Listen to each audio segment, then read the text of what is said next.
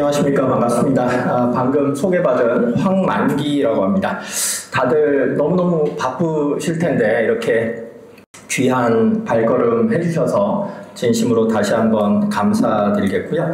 여러분들께 조금이나마 유익도 하고 재미도 있는 그런 110분이 될 수 있도록 최선을 다해서 작두를 타보도록 하겠습니다.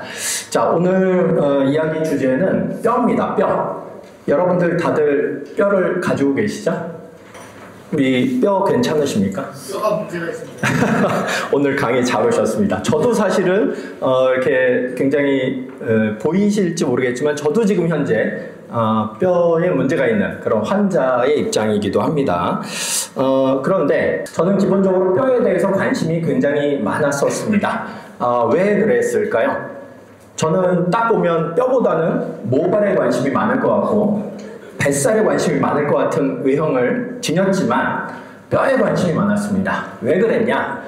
41년 전이네요. 83년도에 제가 이제 뼈와 관련된 오스테오콘드로마라고 하는 골연골종으로 제가 이제 골반 일리아 크레스트라고 하는 게 있습니다. 거기를 잘라서 뼈 이식을 했던 그런 뼈 아픈 경험을 가졌었고요. 네, 95년도에 그게 좀 잘 못 돼서 2차 재수술을 했고 작년도에 여러분들도 많이 즐기셨을 송년회 과정에서 제가 너무 많이 취해가지고 눈 오는 날 제 육중한 놈이 제 손가락을 덮쳤습니다. 그래서 뼈가 부러진 그런 상황이 되었었는데 하필이면 또 이제 철심을 3개를 박았는데 철심의 오염 때문에 골수염이 돼서 아직까지도 뼈는 다 붙었지만 골수염이 남아있는 그런 뼈 이렇게 단골 환자입니다. 그런 이제 뼈와 관련된 개인적인 히스토리가 좀 있다 보니까 뼈와 관련되어서 좀 연구라고 할까요? 관심을 좀 많이 두었습니다. 그 연구를 개인적으로 또 하면서 특허도 이제 제가 지금까지 7개를 한의학 관련된 특허를 가지고 있는데 7개 중에서 6개가 뼈 관련 특허입니다. 뼈에 사무친 그런 이제 경험 때문에 아마 그러지 않았을까 싶습니다. 그래서 여러분들이 첫 번째 슬라이드를 딱 보시면 네가 이렇게 밑밥을 까는 이유가 다 있구나 이런 이제 생각을 하실 수도 있을 것 같습니다. 딱 보아하니 너 분명히 한약 팔러 온 거 아니야? 젖골탕 팔러 온 거 아니야? 이렇게 이제 생각을 하실 수도 분명히 있을 거라고 생각하고 그것까진 너무 노골적이고 이게 연세대학교 최고의 과정에서 설마 그러냐 라고 생각하시고 그래도 좀 고급진 상품인 이 책을 팔러 온 거 아니냐 이렇게 이제 또 생각하시는 분도 없지 않아 있으실 수 있고 더 고급진 뭔가 이렇게 특허와 관련된 뭔가 이렇게 세일즈를 하러 온 거 아니냐 이렇게 이제 생각하실 수도 있겠지만 저는 사실은 제가 지금까지 경험했던 그래서 제 몸속에 그래도 많이 체화되었다고 생각되어지는 아이디어를 좀 여러분들한테 팔려고 왔습니다. 여기서 판다는 것은 다니엘 핑크가 다음과 같은 얘기를 했습니다. To sell is human이라고 사람의 마음을 움직이는 게 곧 파는 거다.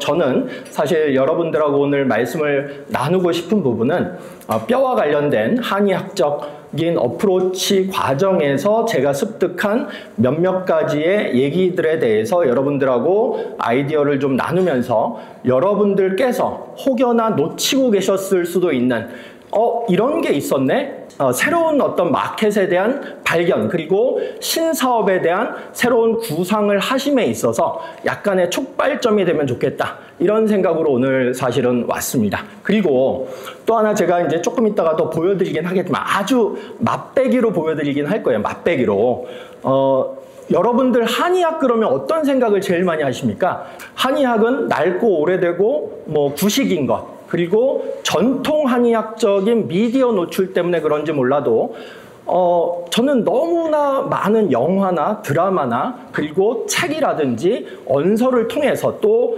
확인되지 않은 소문들을 통해서 한의학이 지나치게 너무나 저평가받고 있다. 실제의 팩트하고는 너무 어그러지게 그래서 저는 미디어의 강한 가스라이팅을 여러분들이 당하고 있지 않나 이런 생각을 감히 해볼 수가 있을 것 같은데요.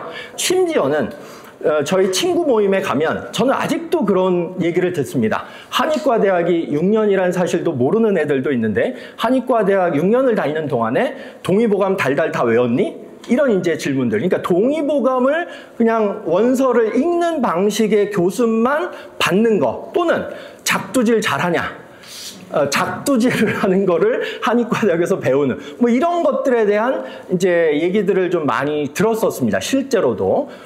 그런데 그런 우리가 알고 있는 한의학은 전통 한의학적인 모습들이 너무 많이 유포가 되어 있지만, 제가 추구하고 있고 지금 현대 한의사들이 추구하고 있는 거는 현대 과학적인 근거를 갖춘 현대 한의학을 배우고 임상에 활용하고 있다 라고 먼저 이해를 해주시면 좋을 것 같고, 그 과정에서 당연히 특허와 관련된 어프로치가 가능해지는 부분이 있다 라고 여러분들께서 이해해 주시면 좋으실 것 같습니다. 여러분들 식약공용 한약재라고 들어보셨나요? 처음 들어보는 분들이 많을 거라고 생각합니다. 말 그대로 한약을 파자를 해보면 쫙 나옵니다. 식품과 식품으로도 사용될 수 있고 한약으로도 사용될 수 있는 공통의 한약재가 몇 가지가 있을까요? 50가지 보다 넘습니다. 몇 가지일까요? 200가지요. 200가지보다 적습니다. 제가 정답 말씀드리겠습니다. 187종입니다. 자, 여러분들 혹시 한약을 내가 오늘 먹어봤다, 오늘 먹고 왔다 라고 하신 분 손 한번 들어보시죠. 우리 교수님께서 한약을 복용하셨군요. 예, 잘하셨습니다. 자, 혹시 또 한약을 복용하셨던 분? 예, 복용하셨군요. 공진단 먹었습니다. 공진단, 그렇죠. 잘하셨습니다. 혹시 또 한약을 복용하신 분 오늘? 자, 여러분들은 지금 나머지 분들은 다 거짓말을 하고 계십니다. 왜냐? 여러분들 오늘 밥을 드셨습니까? 밥의 원료가 쌀이죠. 오늘 밥을 한 끼라도 드신 분은 식약공용 한약재로서의 쌀을 먹은 겁니다. 그리고 여러분들 카레 좋아하십니까? 카레도 강황이라는 대표적인 식약공용 한약재입니다. 여러분들 홍삼 다 아시죠? 정관장은 홍삼 하나로 조 단위 이상의 매출을 일으키고 있습니다. 그게 187종 중에 하나의 약재인 것뿐입니다. 여러분들 오늘 식사하시고 난 다음에 커피, 아이스 아메리카노 뭐 이렇게 따뜻한 아메리카노 이렇게 드시잖아요. 그때 점원한테 가가지고 점원이 이제 물어볼 수가 있죠. 신라몬 넣어드릴까요? 이렇게 얘기하지 않습니까? 신라몬이 계피입니다. 만약에 아이스 아메리카노에 신라몬을 넣어서 드셨다면 식약공용 한약재로서의 한약을 드신 겁니다. 그러니까 우리나라 국민들은 매일매일 한약을 먹고 있으면서 그 사실을 자각을 못하고 있습니다. 따라서 저는 이런 부분에 대해서 여러분들께서 굉장히 큰 산업적 기회를 얻으실 수 있지 않을까 라고 생각을 하는 입장이에요. 그래서 여러분들께서 이게 나와 동떨어진 얘기를 하는 게 아니다.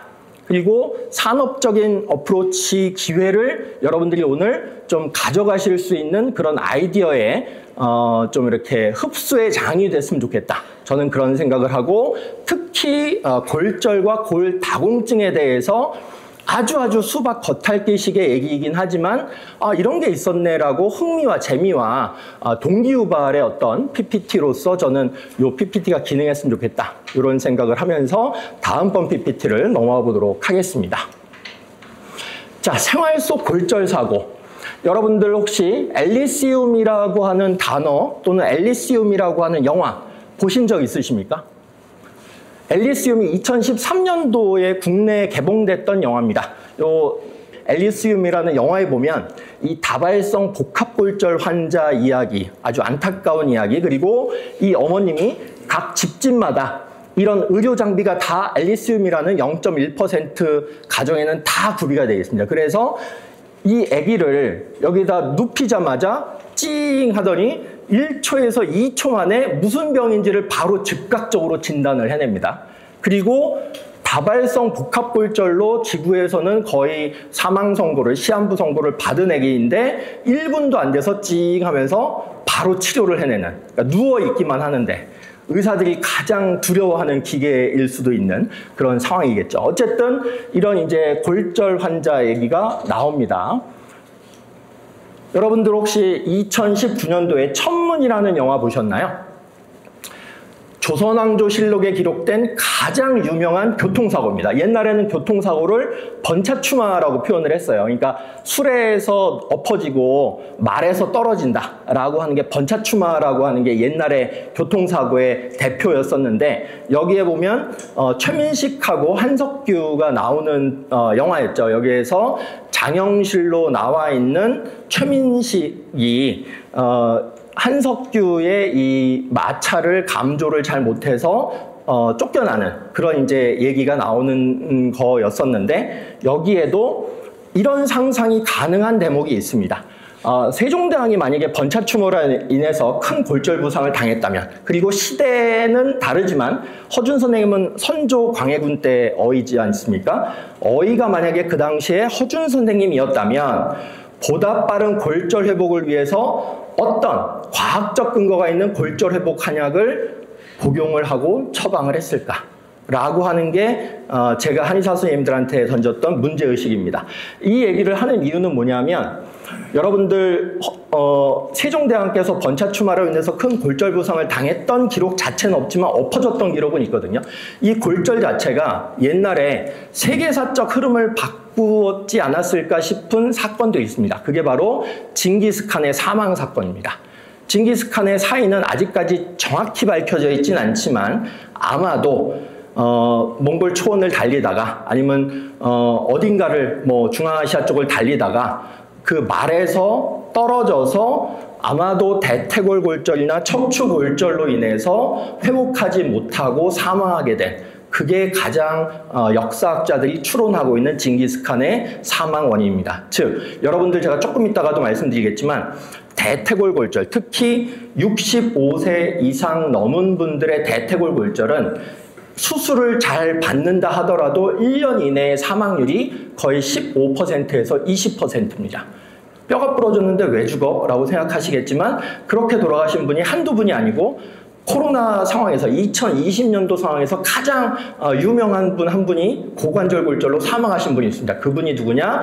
여러분들 다 잘 아시는 미션과 시네마 천국의 작곡가인 이탈리아의 작곡가 엔니오 모리코네였죠. 그분이 대퇴골 골절로 사망을 했습니다. 어쨌든 이 세계사적인 흐름을 바꿀 수도 있는 게 골절과 연관이 돼 있다라고 하는 부분에 제가 이제 말씀을 드리려고 했던 거고요.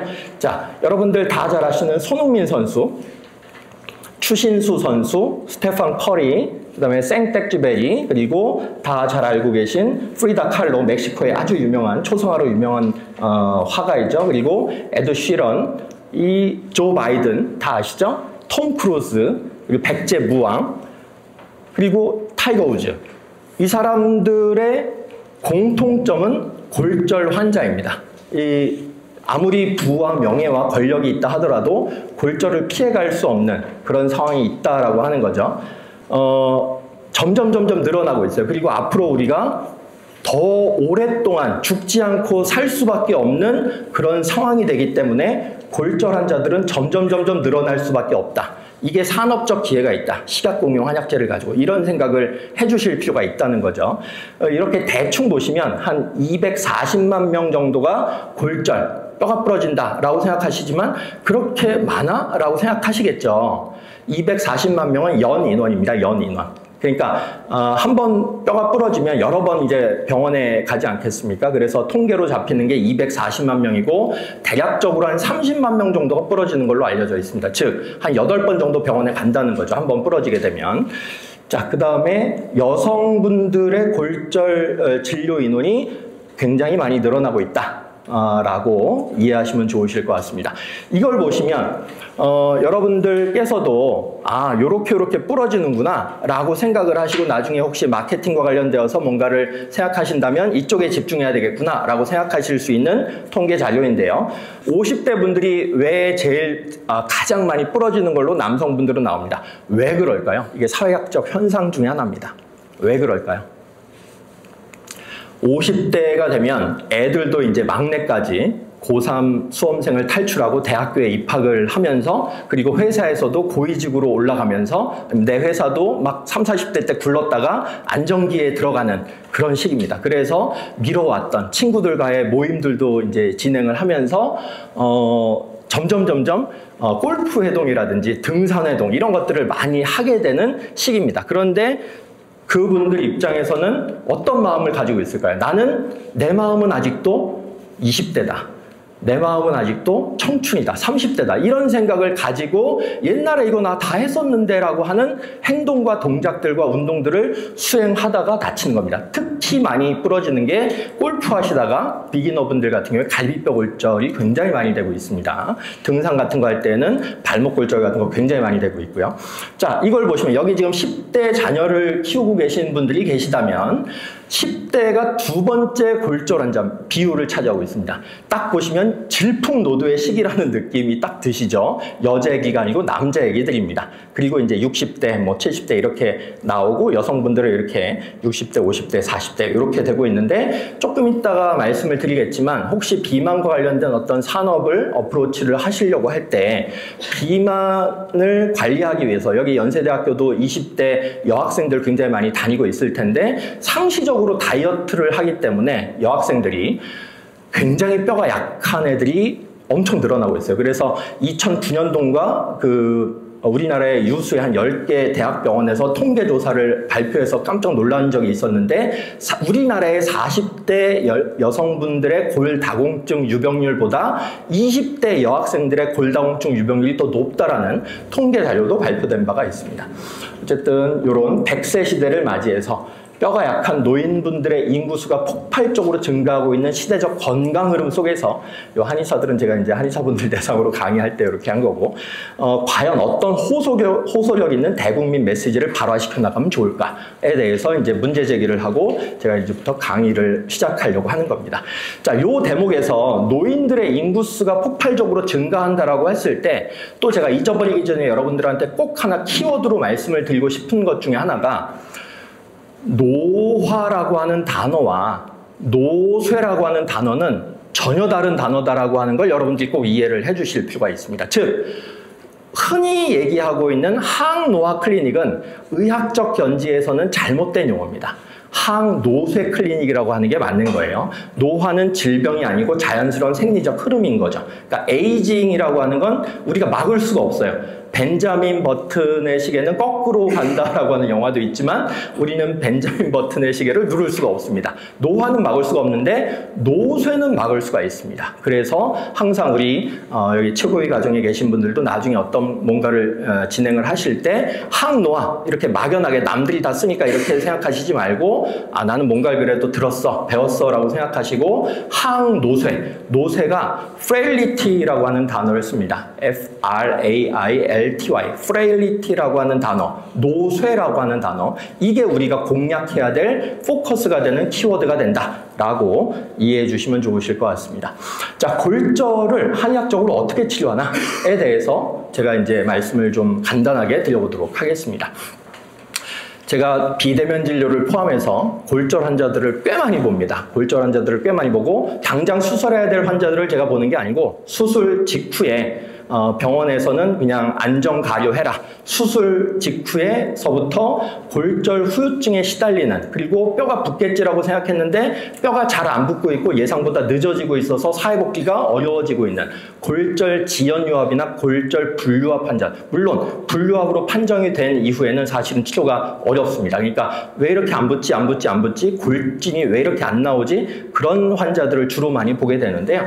제가 상담을 하다 보면 우리나라 분들이 골절에 대해서 잘못 알고 있는 부분들이 너무나 많구나 라고 하는 부분들을 알게 됩니다. 어떤 부분이냐, 여러분들 골절 그러면 골절이신 거 맞으시죠? 라고 얘기를 하면 나 골절 아니에요, 나 그냥 뼈에 금만 갔어요 라고 반문, 나는 골절 환자가 아니야 라고 부정하시는 어르신들이 특히 굉장히 많으십니다. 그런데 그건 의학적 견지에서 잘못된 얘기라는 거죠. 골절이라고 하는 거는 단순히 금만 갔던 아니면 뼈가 부러졌건 뼈가 으스러졌건 상관없이 이게 중요한 겁니다. 뼈의 연속성이 부분적으로라도 완전하게라도 일부러라도 소실된 모든 상태를 다 골절이라고 얘기하는 겁니다. 그러니까 금만 갔어요, 나 골절 아니에요, 이렇게 얘기하는 건 잘못된 얘기라고 하는 거죠. 근데 은근히 그렇게 반문하시는 분들이 굉장히 많아서 말씀을 드린 겁니다. 아기들 같은 경우에 여러분들 아기들 키우고 계실 수 있으니까 아기들은 탄력성이 커서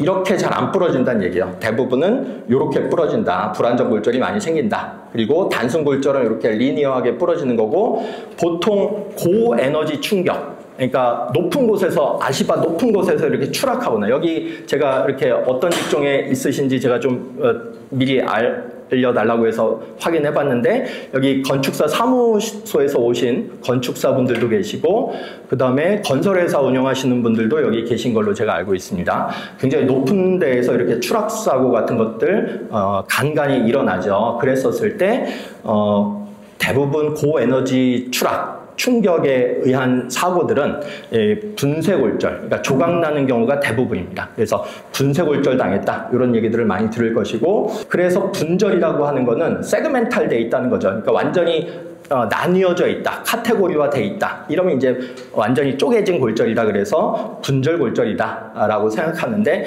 사실은 내가 어디에 넘어진 것도 아니고 누구한테 맞은 것도 아니고 등산하다가 뭐 이렇게 어디에 채인 것도 아닌데도 불구하고 나 갑자기 아파가지고 가보니까 부러졌대, 이런 어르신들 굉장히 많으시거든요. 이런 분들은 내가 뼈가 약한 상태인 줄 모르고 그때까지 운 좋게 지내셨던 것 뿐인 거예요. 그런 분들을 다 병적 골절이라고 하는 겁니다. 그러니까 이게 굉장히 착각하기 쉽거든요. 누구한테 맞았어? 뭐 넘어졌어? 아니면 어디에 부딪혔어? 이렇게 이제 며느님이나 따님들은 물어보시지만 전혀 그런 게 없어도 특별한 외상 없이 그냥 뚝 부러지는 겁니다. 그런데 그분들은 대부분 건강한 뼈가 아니고 이미 골다공증이 진행이 된 뼈 상태라고 하는 걸 몰랐던 것 뿐이죠. 뼈는 아우성치지 않습니다. 뼈는 굉장히 간과 비슷하게 침묵의 장기라고 생각하시면 좋은 거죠. 여러분들 예전에 김연아 선수 다들 기억하시죠? 김연아 선수가 트리플 악셀 연습할 때 가끔씩 뉴스에 나온 거 여러분들 보셨을 겁니다. 같은 동일한 반복된 자극들이 특정한 기관에 주어졌었을 때 피로골절, 스트레스 골절이 그 부위에 피로가 쌓였다 또는 스트레스가 가중됐다, 그래서 나오는 골절을 피로골절이라고 하는데, 여러분들 혹시 스페인인가요? 산티아고 순례길, 이게 중단되는 많은 요소 중에 하나가 이 피로골절 때문에 중단하는 거예요. 보통 30일, 40일을 이렇게 땡볕에 막 걸으시잖아요. 그러니까 뼈가 튼튼하지 않은 또는 다이어트를 하고 이렇게 진행하는 그런 이제 20대 여자분들 같은 경우에는 의지가 뼈를 못 이기는 거죠. 그래서 중간에 중단되는 여러 가지 이유 중에 하나가 이 피로골절 때문이다. 그리고 군대 자식, 그러니까 아드님 보내신 경우가 있으실 수 있는데, 이 피로골절 때문에 행군이 이제 중단되는, 그러니까 행군을 못하게 되는 이런 경우도 많이 생깁니다. 자, 저는 뭐 지금까지 얘기는 아주 기본적인 얘기였고요.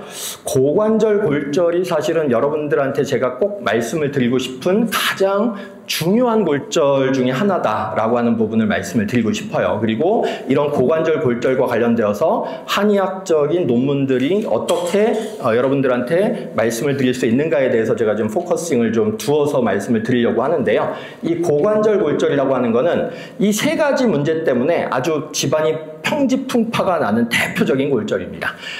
일단 의료비가 대폭 증가합니다. 의료비 증가, 경제적인 부담이 자녀들한테 많이 가중이 되고, 두 번째 때문에 사실은 가정 불화의 원인이 됩니다. 왜냐?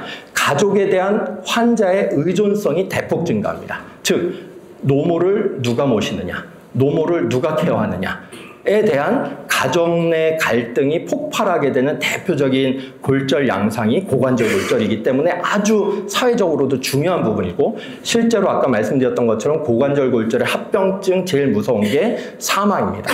그렇기 때문에 굉장히 이런 고관절 골절과 관련되어서 오히려 이런 것들을 활용해서 우리가 산업적 틈을 얘기한다는 게 비도덕적이고 비윤리적이긴 하지만, 어쨌든 이런 부분에 대해서 많은 분들이 신경을 많이 쓰고 있는 그런 사회적 현실에 대해서 알고 우리는 접근을 할 필요가 있지 않을까, 이런 생각을 합니다.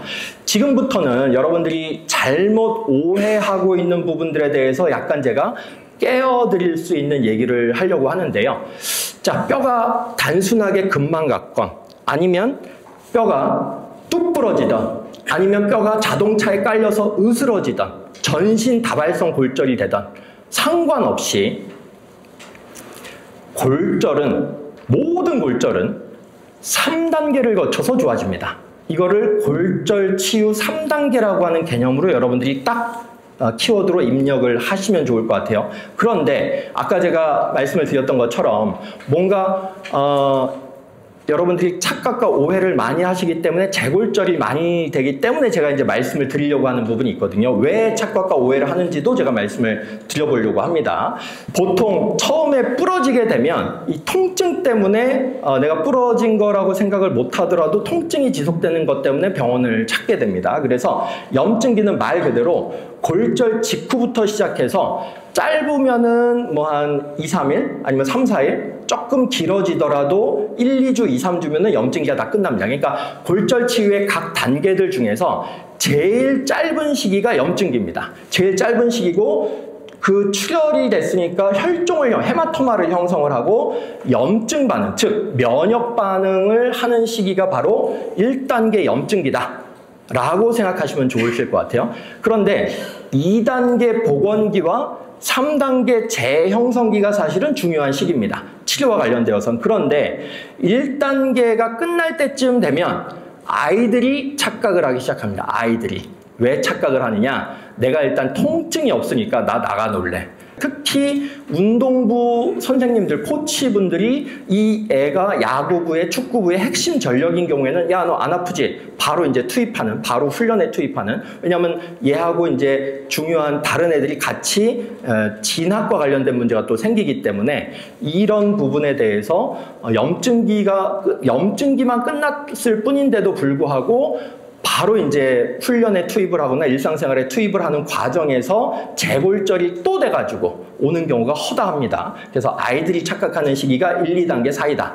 그리고 두 번째는 여러분들 요거를 꼭 알아주시면 좋으실 것 같습니다. 이 2단계 복원기하고 3단계 재형성기는 여러분들 건설업에 여기 계신 분들이 몇 분 계신 걸로 제가 알고 있는데 가건물을 올리는 시기가 2단계 복원기다. 그리고 3단계 재형성기는 속까지 인테리어 하는 시기다 라고 이해하시면 좋으실 것 같아요. 그래야지 안 잊어버리십니다. 그리고 2단계 복원기 같은 경우에는 여러분들 2단계가 끝나게 되면 마치 다 붙은 것처럼 보입니다. 여기 보시면 2단계가 끝날 무렵에는 임상적으로도 그렇고 방사선학적으로도 그렇고 골절 부위가 융합이 그러니까 유합이 됩니다. 그러니까 마치 또 다 붙은 것처럼 의사 선생님도 정형외과 선생님도 다 붙었네요. 하지만 그래도 앞으로 최소한 3개월에서 6개월은 주의하셔야 됩니다. 라는 얘기를 주시거든요.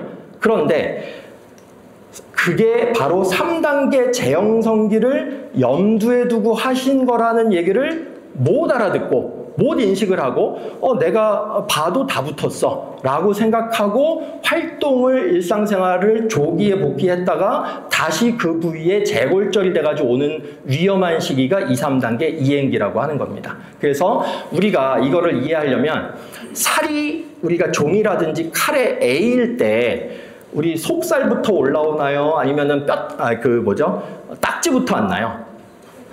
딱지부터 앉죠. 속살. 그래서 옛날 어르신들이 딱지 빨리 떼지 말라고 그러는 거죠. 아직 속살이 올라오기 전이니까. 뼈도 똑같은 면역학적 반응을 보입니다. 그러니까 뼈딱지부터 앉는 거예요. 그 뼈딱지를 뭐라고 하느냐? 가골이라고 하는 겁니다. 가짜뼈죠. 말 그대로 가짜뼈, 캘루스, 이걸 미석숙한 뼈라고 표현을 하는데 이게 먼저 뼈딱지처럼 딱 앉는 겁니다. 그러면 마치 방사선학적으로 CT나 MRI나 엑스레이를 찍어도 우리는 방사선학적인 어프로치를 한다 하더라도 뼈의 속까지 보는 게 아니고 뼈의 겉에만 보는 거죠.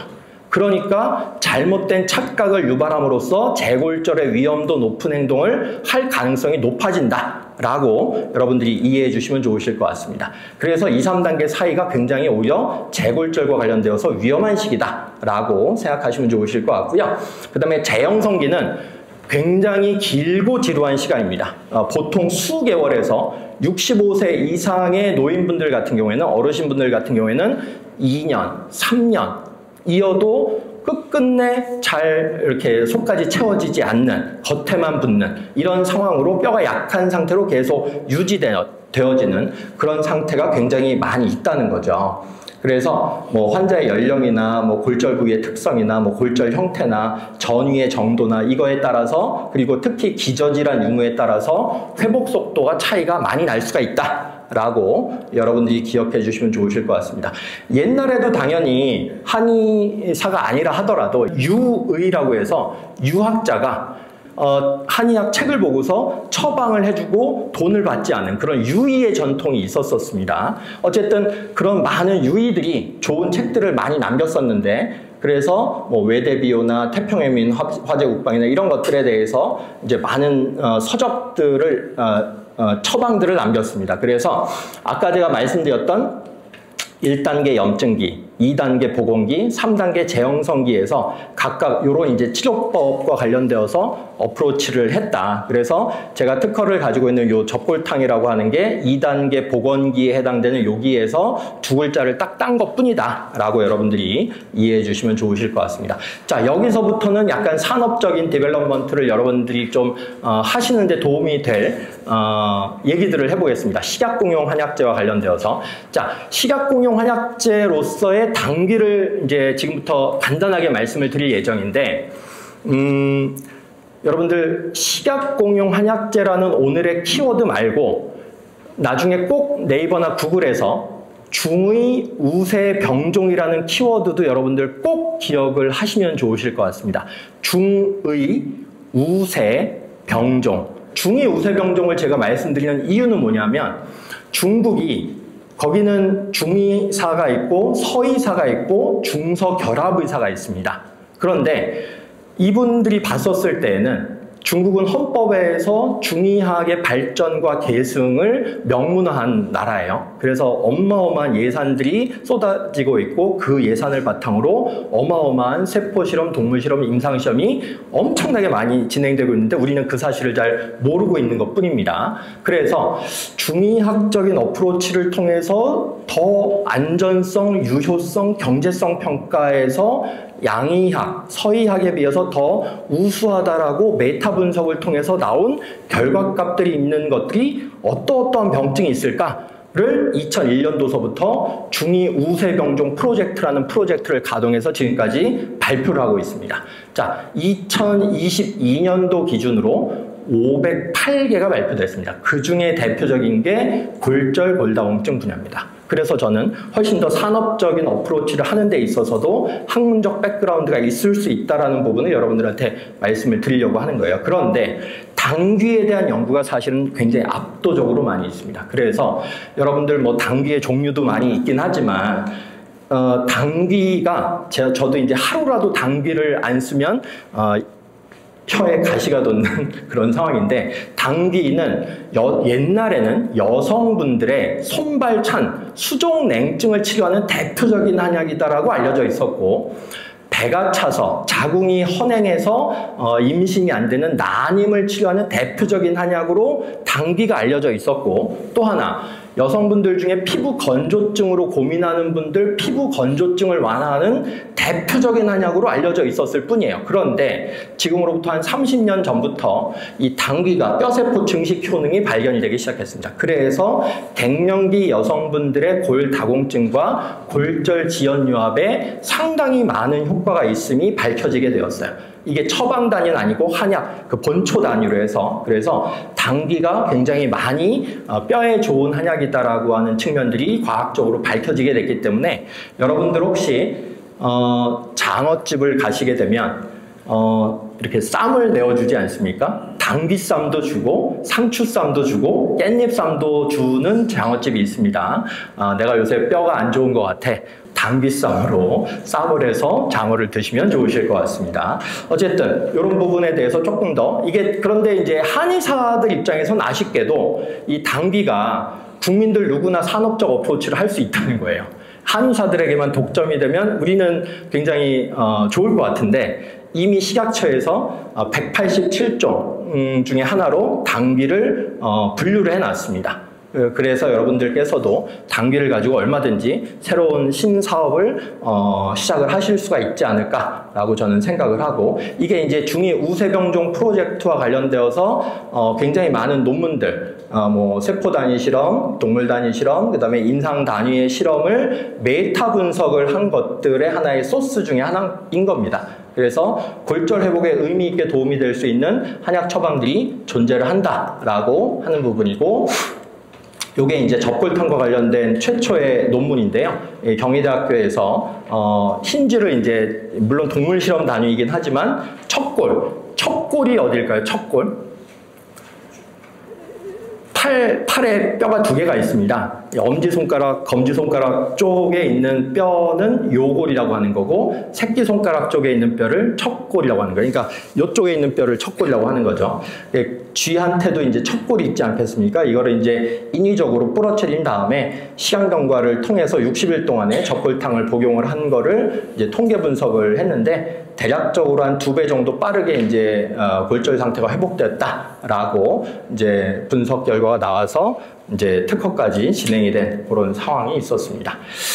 자, 그 다음에 여기 대만에도 보면 이 중의학이 굉장히 많이 발달을 했습니다. 대만에서 중의학, 그러니까 중약만 가지고 가장 압도적인 1위, 가장 유명한 회사, 압도적인 1위 회사가 순천단 제약이라고 하는 제약회사가 있습니다. 거기가 매출이 1년에 한 6천억 정도가 됩니다. 그리고 제가 좀 이따 일본 논문도 말씀드리겠지만, 일본은 메이치유신, 명치유신 이후로 한의사가 단 한 명도 배출이 안 됐습니다.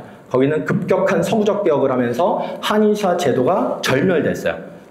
지금 한 60, 70년 정도 지났죠. 그런데 일본은 한약이 엄청나게 많이 처방이 되고 있습니다. 한약의 처방권자가 누굴까요? 우리나라로 따지면 다 의과대학을 졸업한 양방의사 선생님들입니다. 그러니까 일본은 의사 선생님들이 양약도 처방할 수 있고 한약도 처방할 수 있는 동시 처방권자예요. 그런데 그 한약을 처방해서 일본에서는 쯔무라 제약회사가 한 100년이 넘은 제약회사, 한방 제약회사가 있는데 거기는 1조 5천억 정도가 1년 매출이 나옵니다. 그러니까 우리나라에서는 양약을 팔아서 제일 많이 돈을 많이 버는 제약회사가 동아제약 아닙니까? 양약이라고는 바카스의 매출이 훨씬 많이 있겠지만, 어쨌든 동아제약 매출이 제가 알고 있기로는 1조 조금 넘는 정도로 제가 2022년도 기준으로는 알고 있는데, 그런데 한약만 가지고도 그 정도 매출이 올라오고 있는 그런 현실들에 대해서도 여러분들이 알고 계시면 좋으실 것 같습니다. 어쨌든 대만에서 뭐 이거는 모르셔도 되지만 이 코호트 스터디, 여러분들 코호트 격리 코로나 때 많이 들어보셨죠?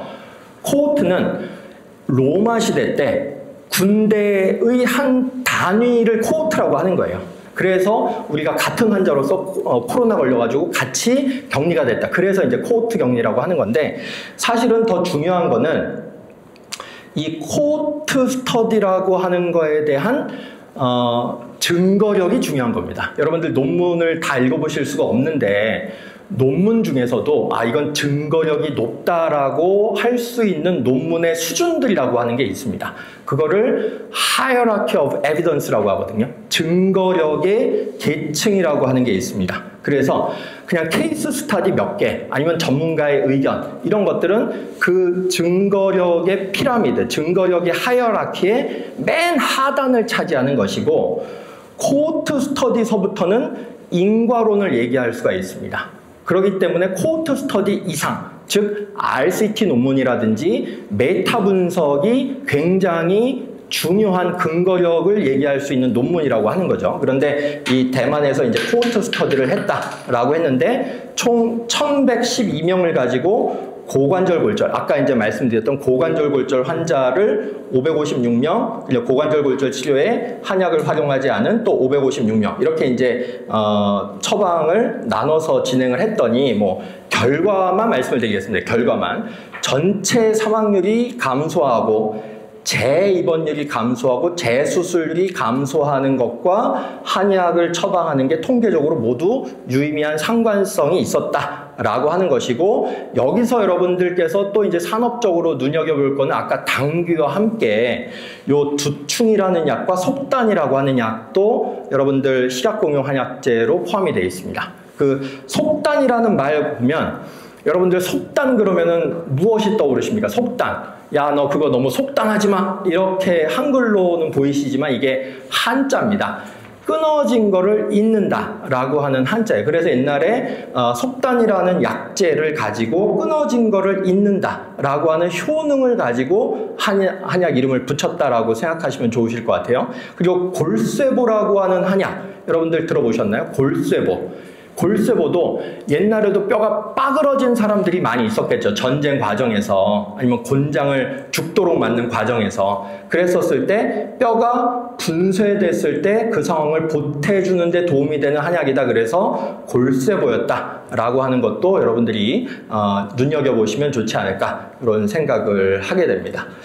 자, 그리고 요거는 이제 국내 논문이긴 한데 중의학 임상 연구 동향과 관련되어서 애들도 아까 이제 10대 애들도 엄청 많이 부러진다고 그랬잖아요. 남자애들 같은 경우에. 그때 CNKI라고 하는 이제 인프라스트럭처가 있습니다. 여기에서 2013년도부터 2017년도까지 소아청소년 골절에 대해서 한약 치료를 적용을 했었을 때 그 RCT 논문들을 검토한 겁니다. 여러분들 아까 제가 Hierarchy of Evidence라고 했잖아요. 증거력의 계층이 있다. 피라미드가 있다. 그런데 코호트 스터디 이상에 있는 것들이 굉장히 신뢰도가 높은 연구다라고 말씀을 드렸는데, RCT도 굉장히 증거력이 높은 그런 논문이에요. 이런 것들을 보면 한약을 활용한 골절 치료 그룹의 유효성 비율이 대조군에 비해서 훨씬 더 현저하게 높았다. 그리고 한약을 활용한 골절 치료 그룹의 뼈 치료 기간이 현저히 통계적으로 낮았다라고 하는 게 되어 있죠.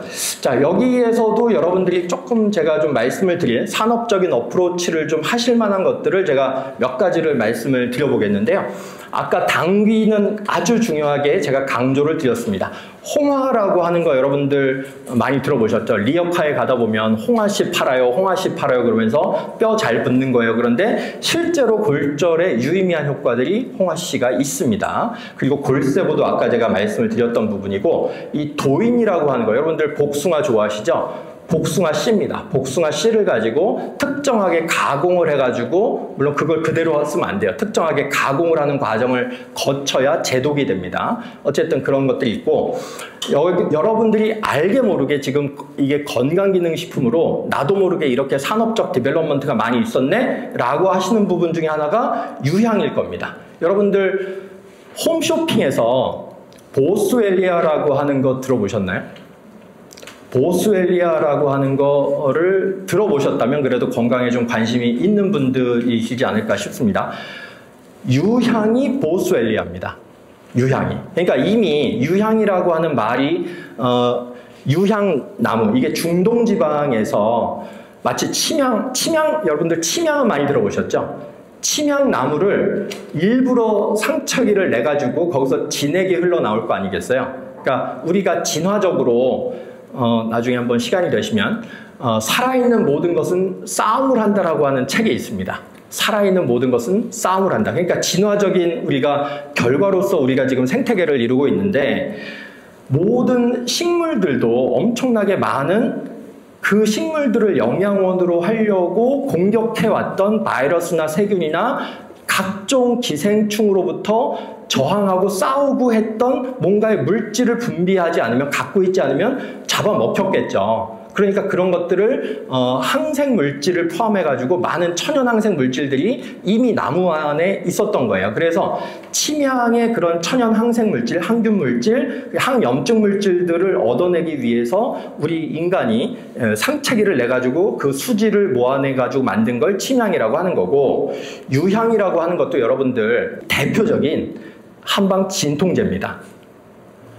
진통제예요. 그래서 전쟁으로 인해서 온갖 상처가 난 사람들, 부러진 사람들, 어쨌든 마음이 아픈 사람들 포함해서 심신의 통증이 있는 걸 완화시켜주는 대표적인 한방 진통제가 유향과 몰약이었습니다. 그리고 이거는 홍해 연안에 있는 나라들에서 원산지가 있고 자생을 하고 그게 실크로드를 따라서 수천 년 전부터 중국에서도 유향과 몰약을 진통제로 쓴 기록이 나옵니다. 단삼, 삼칠 어쨌든 이런 것들이 대부분이 한의사분들은 아쉬워하지만 187종의 식약공용 한약재로 다 풀려 있습니다. 그러니까 여러분들이 이런 것들을 가지고 스토리텔링을 가지고 많은 산업적 어프로치를 하시는데 저는 조금이나마 도움이 됐으면 좋겠다라는 말씀을 드리면서 일단 요 결론 여기까지 이제 했었고요. 자, 그 다음에 요것도 되게 재밌는 논문입니다. 요거는 임상 논문인데요. 아까 제가 말씀을 드렸다시피 일본에서는 나중에 혹시 대만 안 가시고 일본으로 혹시 가시게 된다면 일본 동경대학교의 병원에도 꼭 한번 들러보시고 거기에 한방진료실도 꼭 한번 가보세요. 일본은 81개 의과대학, 거기는 한의과대학이 없어요. 81개 의과대학에서 전부 다 81개 의과대학 전부 다 한의학을 커리큘럼 내에 상정하고 있습니다. 그리고 한방 전문의 과정이 따로 있어요. 그러니까 우리나라에서 정형외과 전문의, 안과 전문의, 내과 전문의, 소아과 전문의 있듯이 한방 전문의가 따로 있습니다. 그런데 전문의 과정을 굳이 밟지 않은 다른 전문의 선생님들도 한약을 사용하는 데는 제한이 없습니다. 그래서 2022년도 통계에 의하면 93.5%의 양방 의사 선생님이 다 한약을 처방합니다. 즉 병용 투약에 대한 가이드라인도 나와 있습니다. 그래서 이거는 정형외과 선생님이 쓴 한의학 논문들이 있고 최근에 한 3개월 전에 발간된 일본 정형외과 의사 선생님이 발간한 정형외과 한약이라고 하는 것도 있습니다. 그게 우리나라에 번역이 됐어요. 저도 그 책을 아주 짧은 책이지만 여러분들한테 소개를 시켜드리고 싶은데 그런 정형외과 한약의 흐름 속에서 요 접골탕도 있는 거다라고 여러분들이 이해해 주시면 좋으실 것 같습니다. 아까 말씀드렸던 50대 이상의 남자분들, 골프 비기너분들이 가장 많이 골절이 되는 게 이 갈비뼈 골절인데 치타박 일방이라고 하는 아주 일본에서 오래된 전통적인 타박상에도 쓰고 골절상에도 쓰고 어쨌든 모든 손상의 외상에 다 썼던 뒷지방 가장 좋은 처방이다. 그래서 퍼스트 초이스 처방이다. 그래서 치타박일방이라고 하는 게 있습니다. 이게 록소프로펜하고 디클로페낙이라고 하는 이게 다 엔사이드 계열의 약이거든요.